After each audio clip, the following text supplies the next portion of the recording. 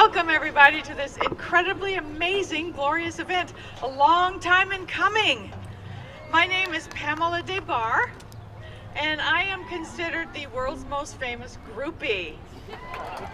This is quite a claim to fame. And it happened because I wrote this book, I'm With the Band, about all my liaisons with rock stars. But for me, the first rock star was James Dean, always. I was a little kid when he passed on, and from that moment on, I was obsessed. And I carried a photograph of his tombstone around in my wallet all through school. And I knew one day I would get here. And it was really important to me. And in the middle of the night when I was, a teenager, I would set my alarm because I'm an older lady and there's no VCRs or anything then. So I had to set my alarm like for 2 or 3 in the morning, and I'd get up all by myself and watch the TV. And when the part came with Natalie, I love somebody, I was like, oh, it was the biggest swoon fest ever. And so Kip Brown, my dear friend Kip Brown, brought me here finally. I finally got here 17 years ago. And as we pulled up, I was driving through Fairmount. It was one of the most important days of my life. We pulled up to the grave site, so I could see the picture of this tombstone. I mean, the real thing that I'd been carrying around in my wallet. And Marcus and Mary Lou Winslow were at the grave site tending the grave that very moment that we pulled up. And it was the most magical, it just set the tone for my lifelong, the rest of my life experience here at Fairmount and Marion, of course. I always dreamed also of coming to the Birthplace. And we did. We came to the Birthplace. Kip brought me here. And at the time, there was just this rock, with a little statement that Jimmy had been born here. And now, look what's happened here. It's just so wonderful. So I'm so glad you're all here for this very special event. And Jimmy was a very open-hearted, open-minded individual. And he passed that on to me. And of course, because of him, I'm just this wild freak. Yay, Jimmy! Okay.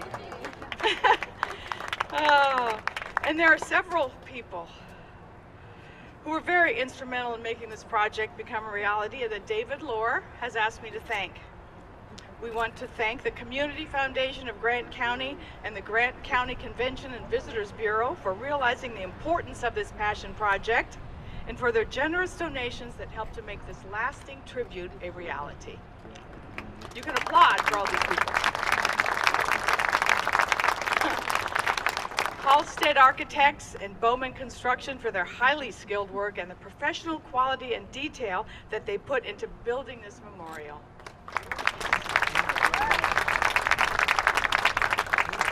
Butch and Lauren Bays of Bays Brothers Etching for the beautiful job they did etching the images on the front and back of the monument.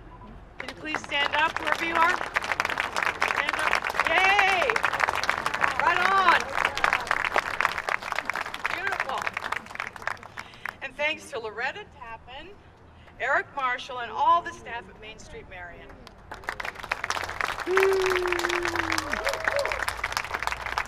And a very special thanks to Jim and Nedra Suter, who have done so many great things for the Grant County community.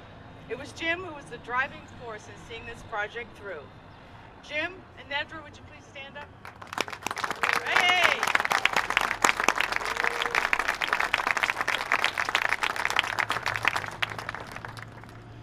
Okay, you're going to get the pleasure of hearing some speakers now who are very instrumental in making this happen.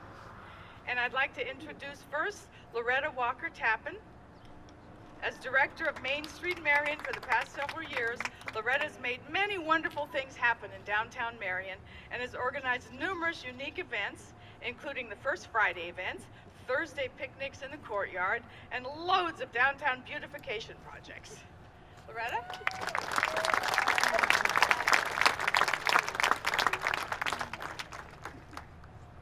Hello. Whoa, just kidding.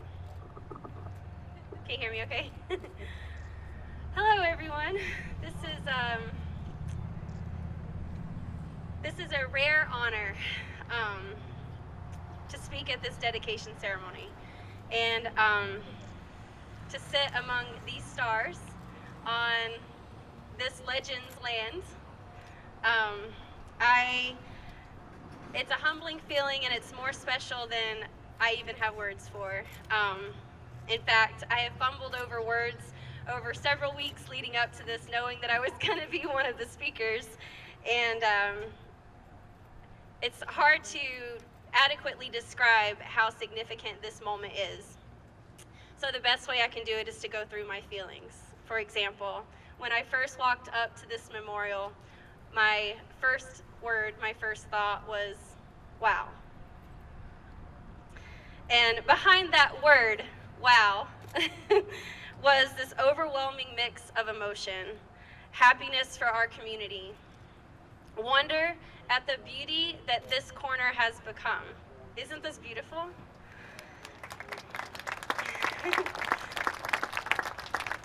Pleasure and satisfaction that this is done. This is here, and we are here to get to talk about it. Bonding and friendship with the team that helped put this together, and with all of the James Dean fans that we got to share the building, the talks coming up to the building, and then the actual being here right now. I feel closer to everyone involved in this project, even just with the fans and that we consider family, just being a part of it. It's a beautiful thing. And then I feel so lucky because of that to be here right now for this moment, and that I'm sure all of you also feel that, and that's why you're here today. And then the near 5 years as director of Main Street Marion, I'm aware of 5 designs for a James Dean Memorial Park here, and I got to work with 3 teams on those designs. Countless conversations about this matter of consequence, and maybe the Seven Gables house could not be saved, but it was obvious through all of those conversations and concepts for what to do with this land. It was obvious that we had to take this opportunity to honor the memory of a legend who was born in Grant County, Indiana, born and raised, and gone too soon.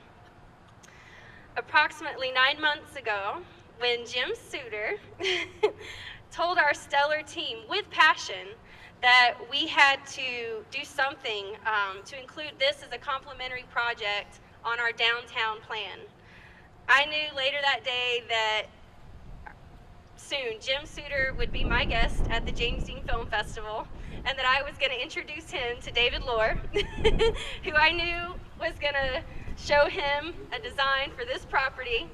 And I also knew from the moment that they met that this was going to happen. I just felt it from their connection and their passion for this project. And it was chilling. I can't tell you how great it felt. And nothing had even happened yet.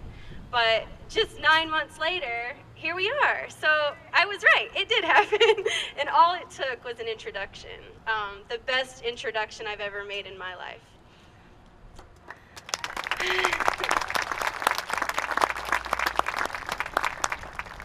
This memorial represents more than a man and an American actor. This memorial is a testament to the culture and the people that James Dean inspired. This memorial honors the life that James Dean lived, the work that he created, and the legacy he left behind. At the conclusion of this ceremony, I encourage everyone to come and just walk around the memorial and consume the spirit of this place, of each other, talk to each other, share your memories and feelings. Embrace this moment until you are as overwhelmed as I am with the importance and the greatness that is here. Thank you, everybody, for being here to share this moment. Big thank you to all of our speakers. Big thank you to everyone that's been involved in this project from the beginning. Jim and Nedra Suter, James, I said James Dean. Technically he's here, right? David Loehr, our James Dean archivist. The Community Foundation of Grant County, the Convention Visitors Bureau, my Main Street team and board. I love all of you guys. Thank you.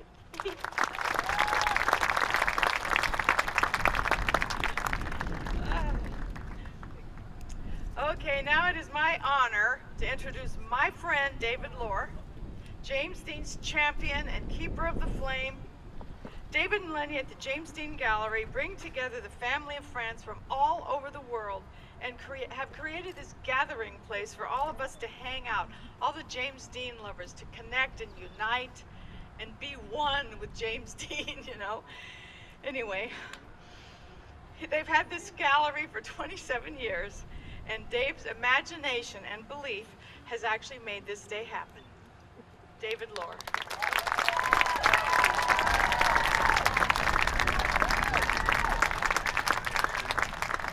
Thank you, Pamela.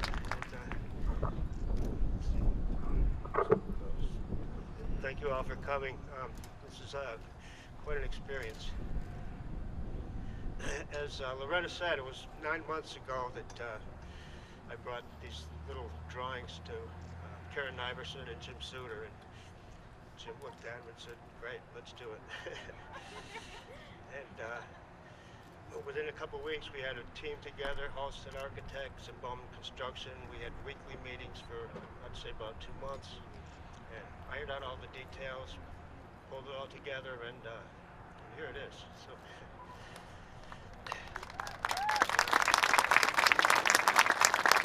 So I'd like to say thank you, Jim Dean, and thank you, Jim Suter.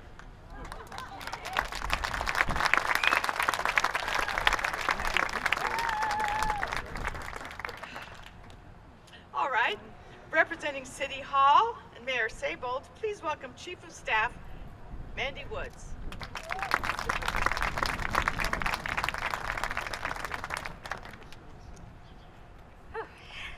Good evening, everyone, and thank you all for being here to celebrate the life and legacy of James Dean in this memorial dedication. I'm proud to speak here on behalf of Mayor Seybold and the City of Marion. First of all, the City of Marion would like to thank the organizations and individuals that are responsible for making this James Dean Memorial possible. The Community Foundation of Grant County, the Convention and Visitors Bureau, Main Street Marion, and various community members, including Jim and Nedra Suter and David Loehr. I'd also like to thank Halstead Architects for turning David Loehr's vision into a stunning memorial design, as well as Bowman Construction for executing the design flawlessly. Grant County is proud to be the original home of James Dean, and as the county seat, the City of Marion is honored that downtown was selected to honor this actor and artist. This memorial sits directly on his birth site and is a truly beautiful addition to downtown and perfectly complements the city's vision for downtown Marion, which includes revitalization, beautification, increased tourism, and growing our existing arts community. This beautiful memorial will provide an opportunity for friends, family, and fans to pay tribute to a film industry legend and this international film star and keep his memory alive. Thank you.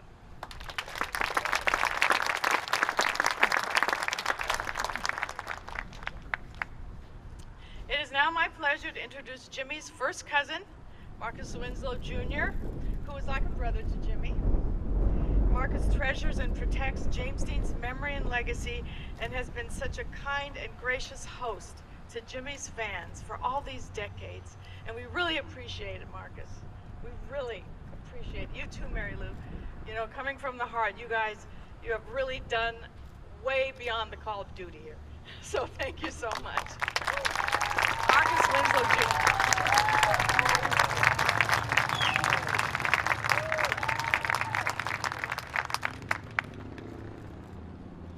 Well, you know, we all have memories in our lives and events that happen that we remember. Some of them are recent, some of them are a few years ago, and some of them are childhood memories. And I lacked 1 month of being 12 years old when Jimmy had his accident. And I remember the events pretty well that led up to the funeral. I remember the Friends Church in Fairmount was full of people, and there was hundreds of people outside the church, and a lot of flowers. One arrangement of flowers I remember the most was it was like a wreath, and it said class of 1949, which is a year that Jimmy graduated. And I think there are some of Jimmy's class members here tonight. I remember sitting on the front row with my sister, and for the first time in my life, I seen my dad cry. And after the funeral, a lot of people came out to the house, and they were mostly friends of Jimmy's or friends of the family. And one of them was Lou Bracker, sitting right here, which is Jimmy's closest friend from California. Dennis Stalk, who had just been home with Jimmy a few months before, doing a photo spread for Life magazine.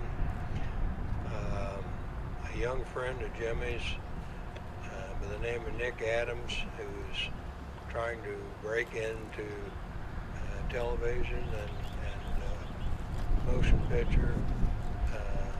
Nick later went on to have his own TV series called Rebel, and I never forget. I've already forgot.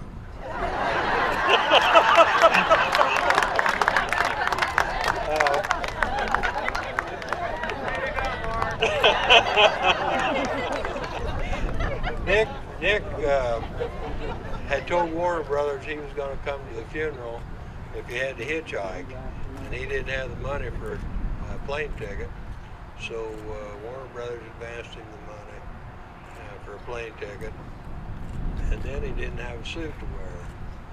So Warner Brothers wardrobe department loaned him a suit to wear, and Nick dropped a cigarette on his suit, burned a hole in it, and he was very worried. And another one was Jack Simmons, who was also a friend of Jimmy's.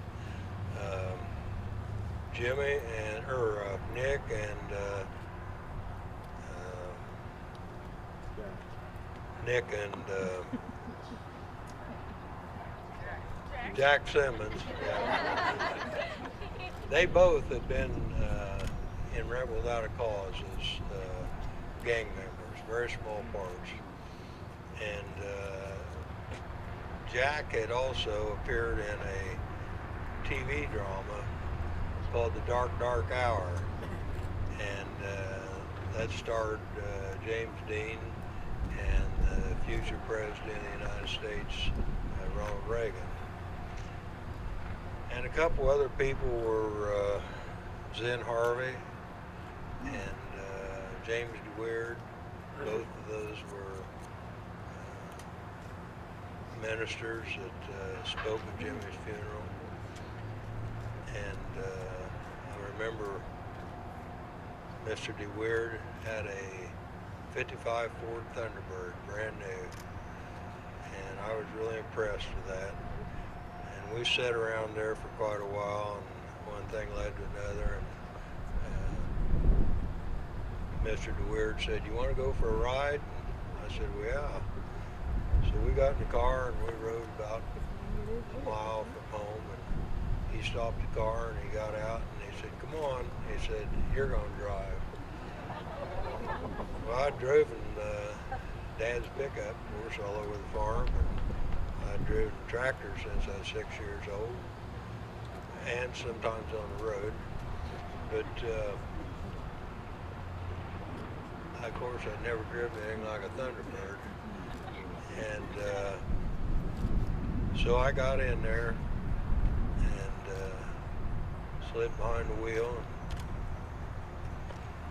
put my foot on a brake and pulled the gear shift lever out of park and into drive, and away we went. And didn't have any mishaps along the way.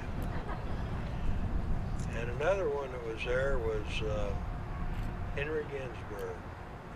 Mr. Ginsberg was a representative of Warner Brothers Studio, and he also had been co-producer of Giant, along with the director George Stevens. And I remember Dad asked Mr. Ginsberg, he said, "How long is this going to go on?" And of course, he was referring to the hundreds of fans that had showed up in Fairmount, the curiosity seekers, and all the phone calls, people wanting information and wanting interviews. My folks weren't used to any of that. And Mr. Ginsburg always said, I think probably in a couple of years, things will be back to normal again. And I think Jimmy was up there looking down with a big smile on his face, shaking his head, no, that's not the way it's going to be. And 10 years ago, we remembered the 50th anniversary of Jimmy's death. And I remember a friend of mine made the comment to me, he said, well, I think this is probably going to be the end of it. I won't mention who it was, but I don't want to embarrass him. But he said, I think this is probably going to about wind it up. He said, fans are all getting old, and I don't see new ones coming along. And I said, you think so? And he said, oh yeah, I think so. And of course, again, I think Jimmy was up there looking down, shaking his head. No, that's not the way it's going to be. And here we are, recognizing the 60th anniversary of Jimmy's death. And I've had this said to me time and time again.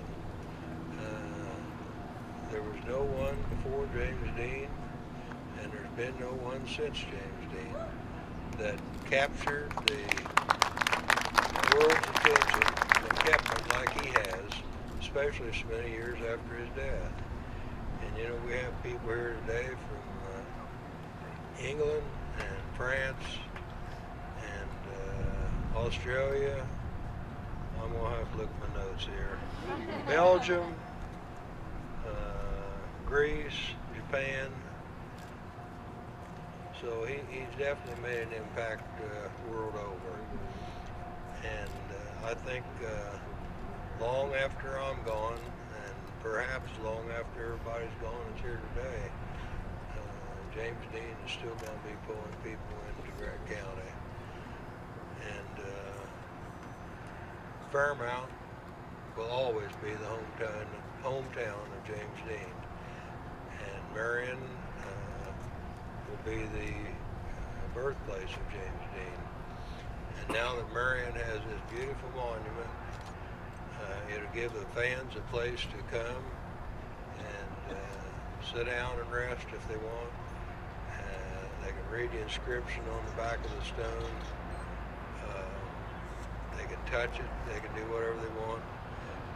They can have their photos taken here, and it'll create everlasting memories for them to take back home with them, and they can remember for many, many years in the future. Thank you.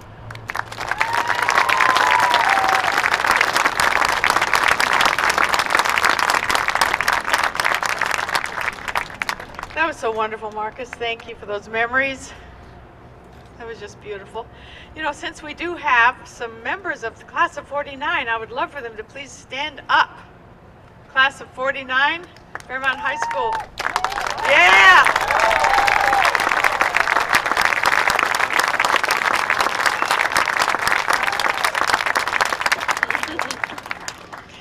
Well, what a treat to have Lou Bracker here with us today. Jimmy's closest friend and confidant in Los Angeles. And his book, Jimmy and Me, provides a rare glimpse into who James Dean really was. It's a beautiful story, just told beautifully and honestly by Mr. Lou Bracker.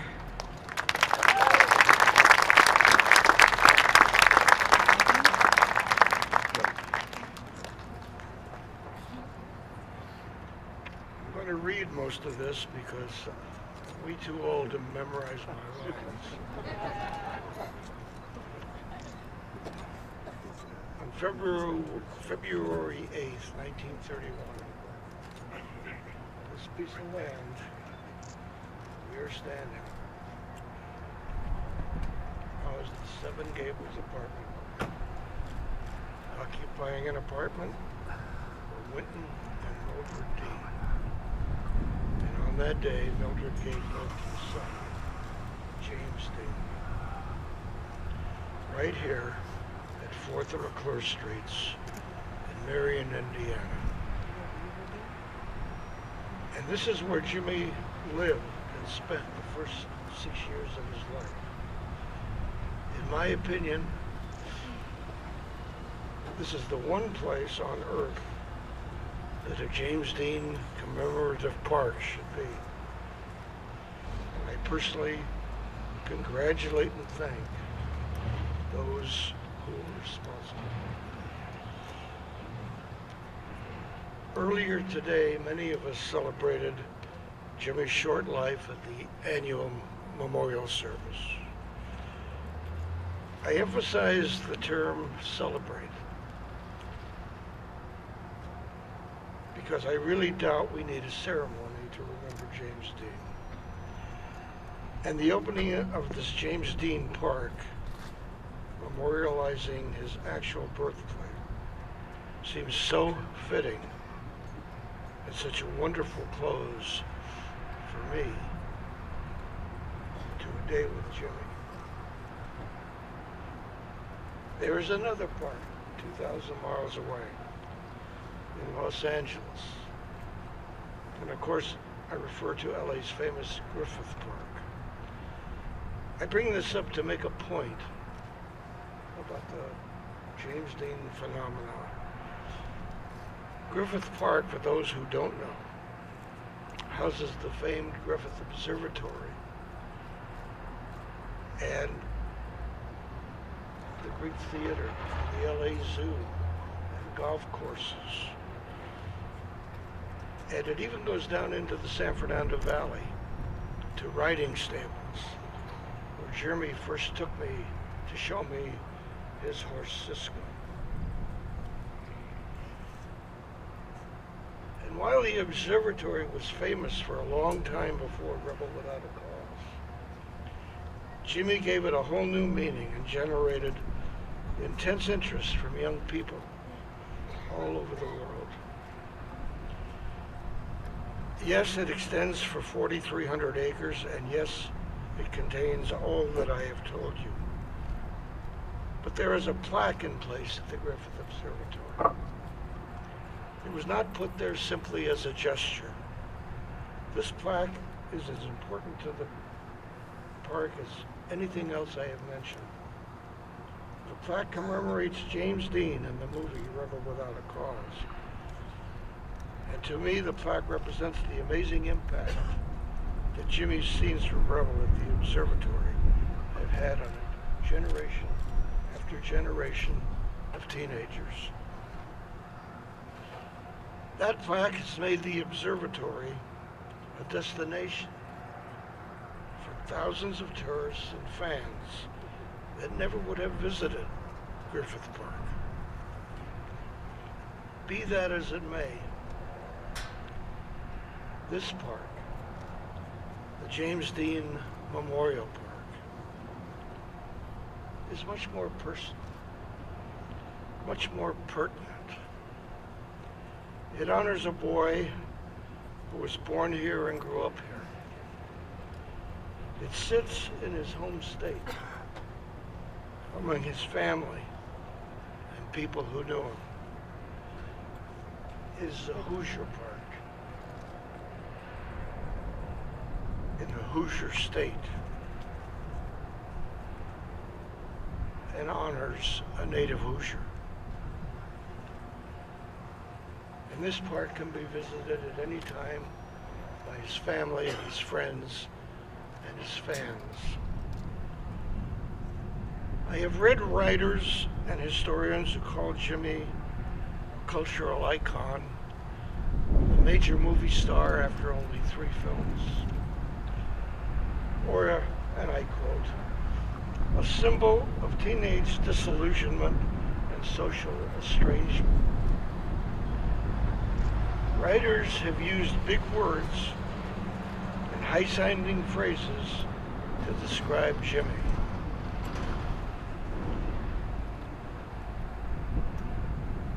I simply called him my best friend.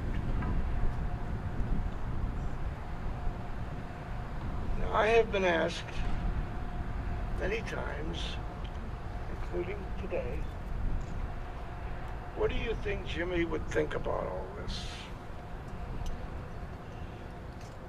Well, as I understand my friend Jimmy might laugh. He had a great sense of humor and loved to laugh. He also loved practical jokes, and he might view this as one. Because Jimmy, like me, could be quite cynical with our humor. But what I really think is that Jimmy wouldn't say anything at all.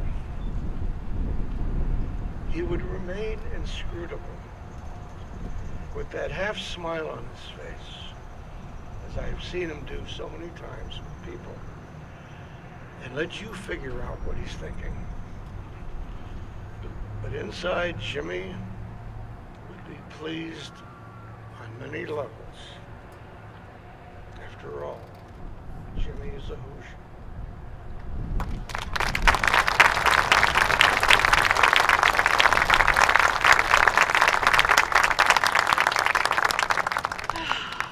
So amazing. Our final speaker has appeared in over 80 films, TV, and stage productions, including Grease 2, The Colbys, Dynasty, The Boys Next Door, and Empire Records.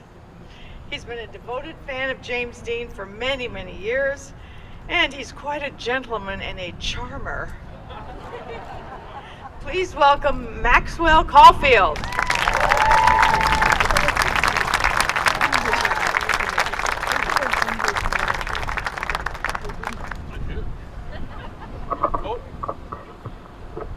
Good evening, folks. Well, now then there. I guess I get to represent Hollywood. I almost said Hollyweird. Really. I'm no Martin Sheen, but I know he was here dedicating a stone that's incorporated into this beautiful design on the 25th anniversary. I did get to co-star with, as Pam has kindly observed, with a movie, his son, his errant son, Charlie, in The Boys Next Door. These are the kind of guys you don't want to bring home to meet mom.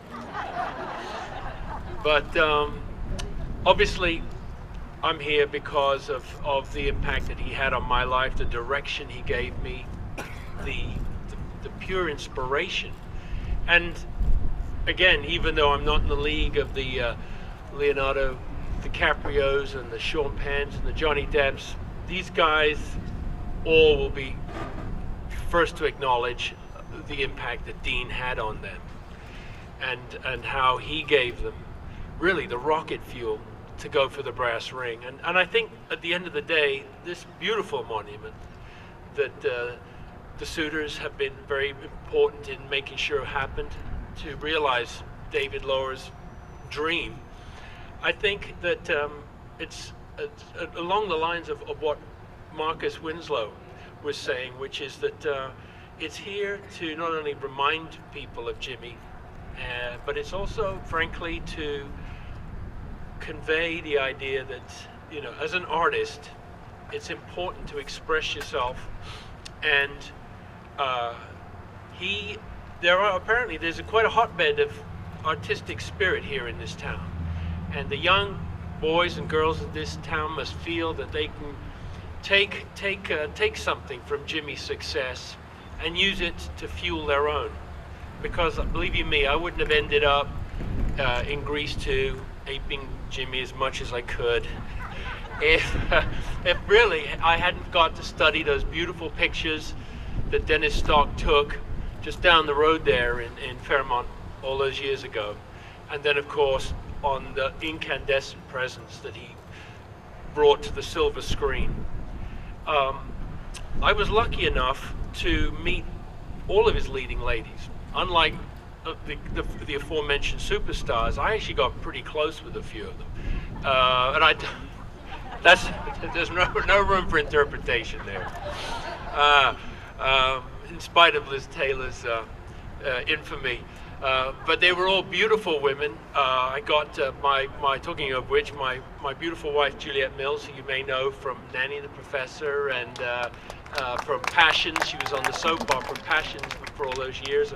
She took me to the theater on our first date, and I was sat between her and Natalie Wood to watch a play on Broadway, which I thought was pretty neat. But the best thing was in 1988 when I came here, and I got such a beautiful welcome from the wonderful Winslows. Marcus said something which has always resonated for me. He said that Jimmy gave kids the courage to feel, and that's what I was groping for earlier. What Marcus had conveyed to me that day. But I got such a lovely welcome from the local kids. Max Dean heard here. I actually shacked up at his house and hung out in the basement shot pool with him and his buddies that night. Brandy was there too, Brandy Pyle, who works at that great new restaurant you all got to check out. It's called Grains and Grill. Because it's very important, these Midwestern cities and towns keep going. The spirit here in the heartland is fundamental to really the whole American dream, which of course Jimmy totally embodied. But the night I was here, my wife, believe it or not, I called her to tell her. She had no idea I'd skipped out and come to this place. And she that night she was actually hanging out with Julie Harris, she was meeting Julie for the very first time.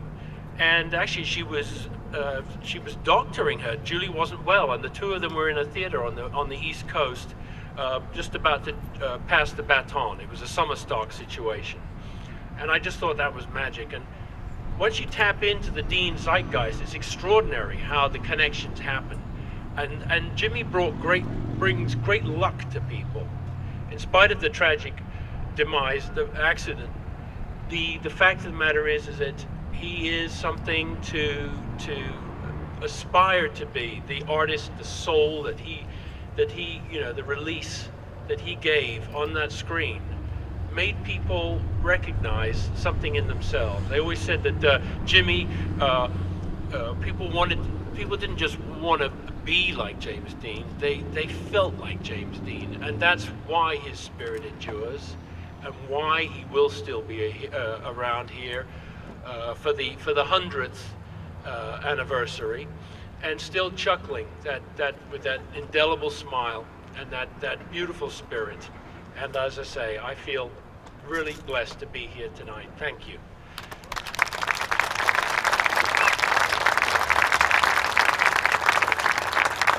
Now, in spite of the presence of the police, and I'm very grateful they're all here tonight, taking good care of us, I got supplied with a rather interesting prop by Mr. Loehr, and of course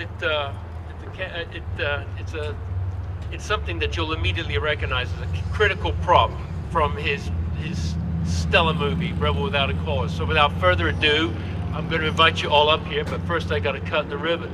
Okay? So.